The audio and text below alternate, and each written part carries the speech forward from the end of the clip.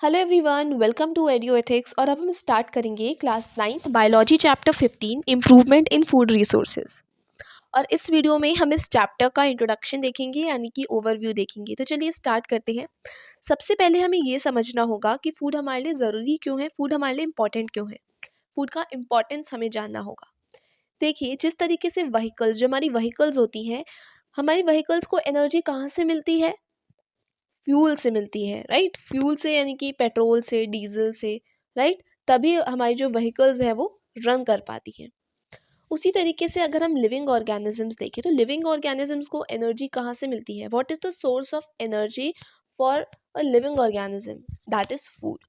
हमको energy food से मिलती है। फूड हमें एनर्जी प्रोवाइड करता है, जिस वजह से आज हम जिंदा है, राइट, जिस वजह से हम सर्वाइव कर पा रहे हैं। Food is very necessary, food is very important for our survival. तो हम कह सकते हैं कि फूड जो है वो सर्व करता है एज अ फ्यूल, एक फ्यूल की तरह है, जो कि हमारी बॉडी को एनर्जी प्रोवाइड करता है, जिस वजह से हमारी बॉडी की मशीनरी रन कर पाती है। ठीक है। दूसरी चीज़ ये कि फूड हमें न्यूट्रिएंट्स प्रोवाइड करते हैं। डिफरेंट फूड मटेरियल्स हमें डिफरेंट डिफरेंट न्यूट्रिएंट्स प्रोवाइड करते हैं, वेरियस न्यूट्रिएंट्स प्रोवाइड करते हैं, जैसे कि carbohydrates, proteins, vitamins, minerals, water, right. Different nutrients, various nutrients हमें डिफरेंट टाइप्स के फूड से मिलती है। और ये न्यूट्रिएंट्स हमारे लिए बहुत ज़रूरी होते हैं, क्योंकि ये न्यूट्रिएंट्स से हमको क्या मिलता है? इस न्यूट्रिएंट से हमको एनर्जी मिलती है, राइट, जिस वजह से हमारी बॉडी की ग्रोथ, हमारी बॉडी की डेवलपमेंट हो पाती है। और अगर इनमें से किसी भी न्यूट्रिएंट की डेफिशिएंसी हमारे अंदर हो गई तो हमें तरह तरह की डिजीजेस हो सकती हैं। ठीक है। तो आई होप आपको इतना क्लियर हुआ होगा। अब देखिए, अगर हम बात करें ह्यूमंस की, तो ह्यूमंस को फूड कहाँ से मिलता है? या तो प्लांट्स से मिलता है और या फिर एनिमल्स से मिलता है। प्लांट्स और एनिमल्स जो हैं ये सोर्सेज हैं of food for human beings. Plant से हमें फ्रूट्स, वेजिटेबल्स, पल्सेस, सीरियल्स ये सब मिलता है, और एनिमल से भी हमको मिल्क, एग, मीट, बटर, चीज़ एक्सेट्रा, ये चीज़ें हमको एनिमल से मिलती हैं, राइट। अब देखिए, आगे बढ़ने से पहले दो इम्पॉर्टेंट टर्म्स हैं, पहले हम उनका मीनिंग जान लेते हैं। सबसे पहले आता है आपका एग्रीकल्चर। एग्रीकल्चर क्या होता है? एग्रीकल्चर एक एक्टिविटी होती है, या फिर आप एक प्रोसेस नहीं कह सकते, एक एक्टिविटी कह सकते हैं, जिसमें हम लैंड को कल्टीवेट करते हैं, एनिमल्स की ब्रीडिंग कराते हैं, प्लांट्स की ब्रीडिंग कराते हैं फॉर वेरियस पर्पसेस, वो तरह तरह के पर्पसेस के लिए जैसे कि फूड, फाइबर, मेडिसिनल प्रोडक्ट्स बनाने के लिए, ताकि हमारी जो लाइफ है वो सस्टेन हो सके और एनहांस हो सके। ठीक है। अब देखिए, एग्रीकल्चर का ही एक पार्ट है एनिमल हस्बेंड्री। एनिमल हस्बेंड्री नाम से ही पता चल रहा है कि इसमें जो एक्टिविटी हो रही है वो एनिमल्स से रिलेटेड हो रही है, यानी हम इसमें क्या करते हैं? एनिमल्स को रेयर करते हैं, रेयरिंग ऑफ एनिमल्स करते हैं for various purposes. Various purposes जैसे कि मिल्क प्रोड्यूस करने के लिए, राइट, मीट प्रोड्यूस करने के लिए, या फिर रेयरिंग के लिए, बहुत सारी चीज़ों के लिए हम एनिमल्स का भी यूज़ करते हैं, एनिमल्स से रिलेटेड एक्टिविटीज़ परफॉर्म करते हैं। ठीक है। तो इसे हम एनिमल हस्बेंड्री कहते हैं, और एनिमल हस्बेंड्री एक पार्ट है किसका? एग्रीकल्चर का। ठीक है। आई होप आपको ये समझ आ गया होगा। चलिए, अब हम अगर फूड की बात कर ही रहे हैं तो एक सवाल उठता है, क्या ये फूड इतनी राइजिंग पॉपुलेशन के लिए सफिशिएंट है? क्योंकि अगर हम देखें तो इंडिया की पॉपुलेशन जो है वो दिन ब दिन बढ़े जा रही है, काफ़ी ज़्यादा पॉपुलेशन है इंडिया की। अभी के टाइम पे अगर हम देखें तो वर्ल्ड वाइड सबसे ज़्यादा पॉपुलेशन इंडिया की है, राइट।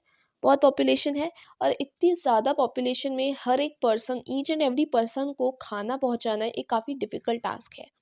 अब देखिए, पहले क्या होता था?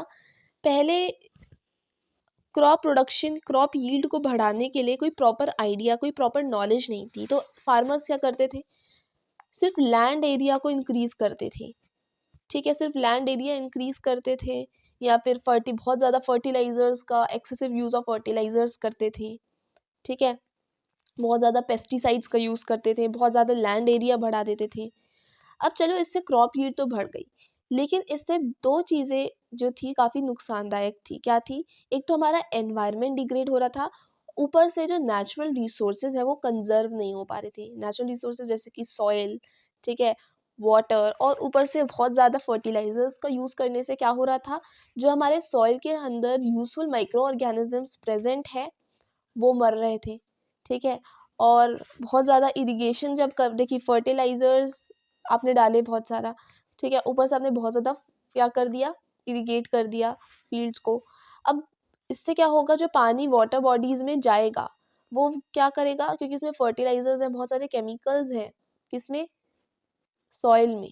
ठीक है, और उसमें आपने जो इरिगेशन किया तो इससे सॉइल एरोजन होगा, और वो जो सॉइल है, जो गंदा मिट्टी है, वो कहाँ जाएगा, वाटर बॉडीज़ में जाएगा, जिससे हमारी वाटर बॉडीज़ पॉल्यूट होंगी। क्या होंगी, वाटर बॉडीज़ पॉल्यूट होंगी। और हमारी वाटर बॉडीज़ में जो भी लाइफ रहती है, यानी कि फिशेस रहती हैं, बहुत सारे जानवर, बहुत सारे एनिमल्स हमारे वाटर बॉडीज़ में ही रहते हैं, छोटे छोटे फिशेस, ये सब, इनका सब डेथ हो सकता है, राइट। तो इस वजह से एक प्रॉपर आइडिया नहीं था कि कैसे क्रॉप यील्ड बढ़ाई जाए, एक प्रॉपर नॉलेज नहीं थी। इसीलिए एक कंसेप्ट आया of sustainable agriculture. Sustainable agriculture क्या होता है, ये एक सक्सेसफुल मैनेजमेंट है of agricultural resources.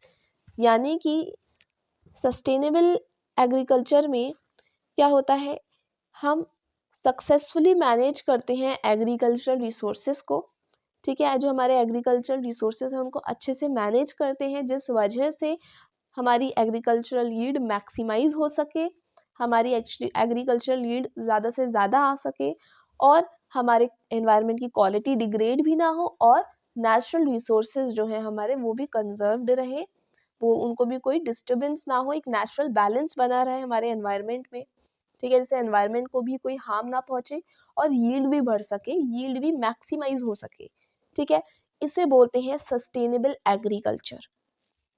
Sustainable agriculture क्या है, सस्टेनेबल एग्रीकल्चर वो एग्रीकल्चर है जिसमें आप एग्रीकल्चरल रिसोर्सेज को सक्सेसफुली मैनेज कर पाते हो।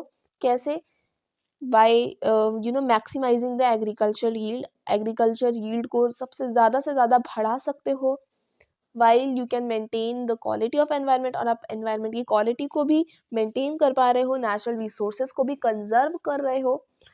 इसे हम कहते हैं सस्टेनेबल एग्रीकल्चर।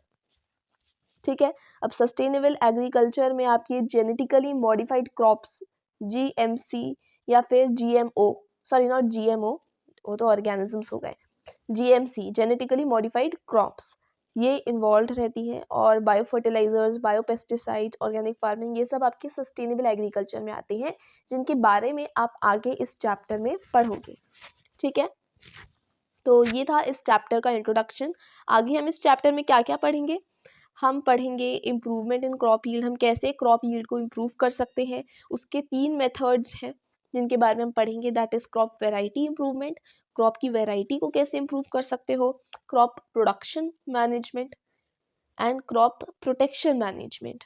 ठीक है, ये 3 चीज़ें हैं, ये चैप्टर का पहला पार्ट है जिसमें हम इम्प्रूवमेंट इन क्रॉप यील्ड पढ़ेंगे, वो पहला पार्ट होगा। सेकेंड पार्ट में हम एनिमल हस्बेंड्री पढ़ेंगे। ठीक है, तो आई होप आपको इस चैप्टर का ओवरव्यू क्लियर हो गया होगा। अगर वीडियो अच्छा लगा so please don't forget to like, share and subscribe to our channel. Thank you.